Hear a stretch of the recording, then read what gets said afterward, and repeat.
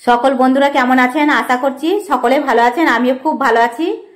আর আপনাদের সামনে আবারও নতুন একটা রেসিপি নিয়ে হাজির হয়েছি। আমি কিছু আলু লম্বা লম্বা করে কেটে নিয়েছি আর টমেটো নিয়েছি 2 পিস লম্বা করে কেটে, কালো জিরা, আদা রসুনের পেস্ট, হলুদ গুঁড়ো, কাশ্মীরি লঙ্কার গুঁড়ো, জিরে গুঁড়ো, ধনিয়া গুঁড়ো আর লঙ্কা গুঁড়ো, কিছু ধনিয়া পাতা আমি কুচি করে নিয়েছি।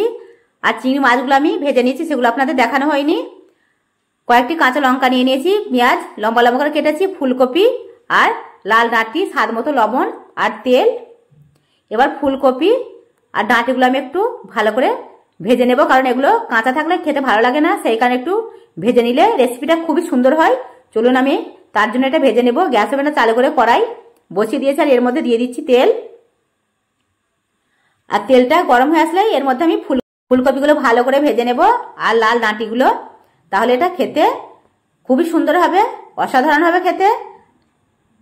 তেলটা গরম হয়ে এসছে আর এবার আমি কপিগুলো জল ঝরিয়ে রেখেছিলাম ভালো করে হলুদ দিয়ে ভেজে নেব। এর মধ্যে কোনো রকম ভাবে যেন লবণ দেবেন না, লবণ দিলে এর মধ্যে জল কাটে আর এটা একদম নরম হয়ে জল মিশে যায়, নিচে জল থেকে যায়, সেই কারণে আমি কোনো রকম লবণ দিইনি, শুধুমাত্র হলুদ দিয়ে ভেজে নিচ্ছি। এটাও আমি হলুদ দিয়ে ভেজে নেব আর লাল ডাঁটিটাও কিন্তু আমি হলুদ দিয়ে ভেজে নেব।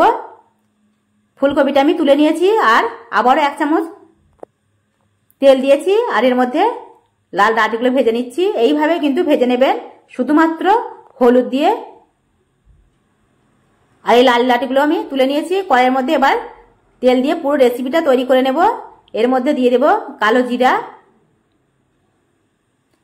আর কেটে রাখা লঙ্কা,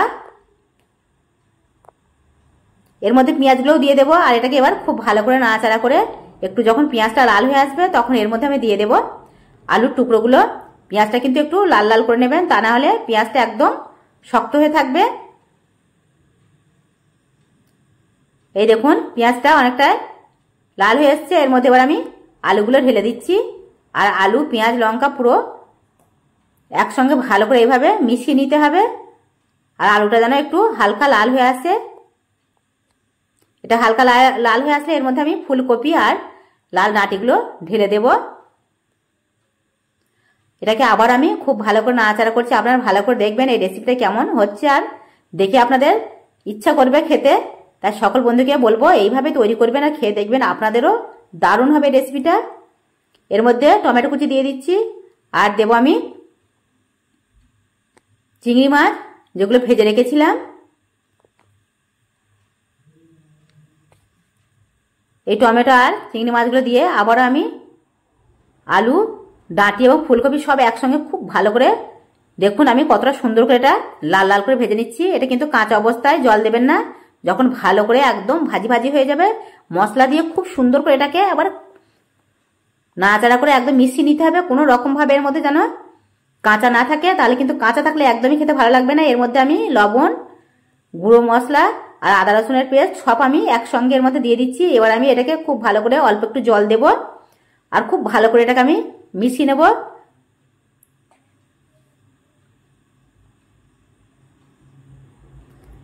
এই রেসিপিটা নাড়াচাড়া করতে করতে আমার কিন্তু এখানে প্রায় অর্ধেক সিদ্ধ হয়ে গেছে আলু ডাঁটা।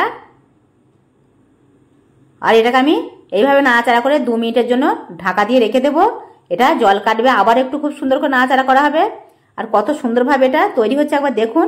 আর সকল বন্ধুকে বলবো বড় বড় মাছ মাংস ছাড়াও কিন্তু এইভাবে খুব সহজে চিংড়ি মাছের রেসিপি ডাঁটা ফুলকপি দিয়ে তৈরি করে খেয়ে দেখবেন, আপনাদের দারুণ লাগবে, মাছ মাংসকে হার মানিয়ে দেবে এই ধরনের রেসিপি।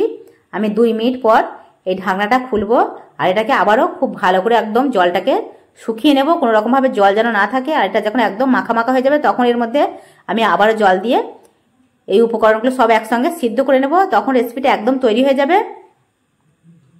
আর দেখুন এটা কতটা সুন্দর হয়ে এসছে সেটা তো দেখে আপনারা বুঝতেই পারছেন। আর মনে মনে ভাবছেন এই রেসিপিটা কি দারুণ যে হবে, আর কি করে বুঝবেন এটা হবে এত সুন্দর, সেটা আপনাদের খেয়ে অবশ্যই দেখতে হবে, না দেখলে কিছুতেই বুঝতে পারবেন না যে এই রেসিপিটা কতটা সুন্দর হয়েছে। এটা পুরো তৈরি হয়ে গেছে আর এর মধ্যে আমি দিয়ে দিচ্ছি জল।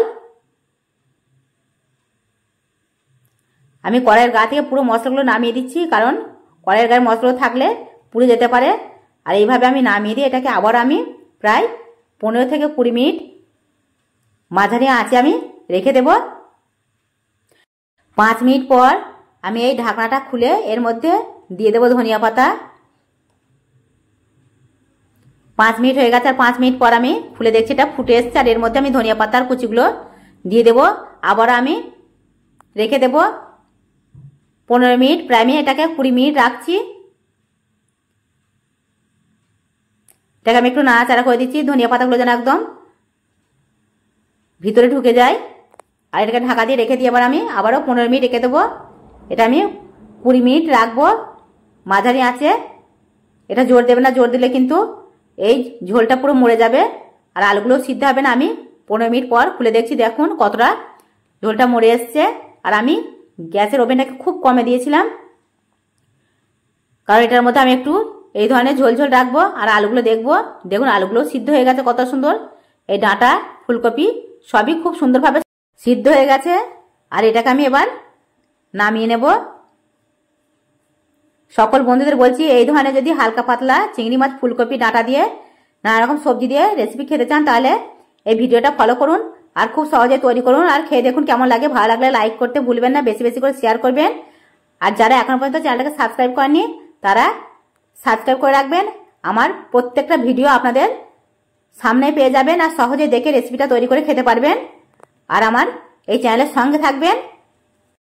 সকলেই এই ধরনের রেসিপি খেয়ে সুস্থ থাকুন, ভালো থাকুন আর আমার প্রত্যেকটা ভিডিওর পাশে থাকবেন।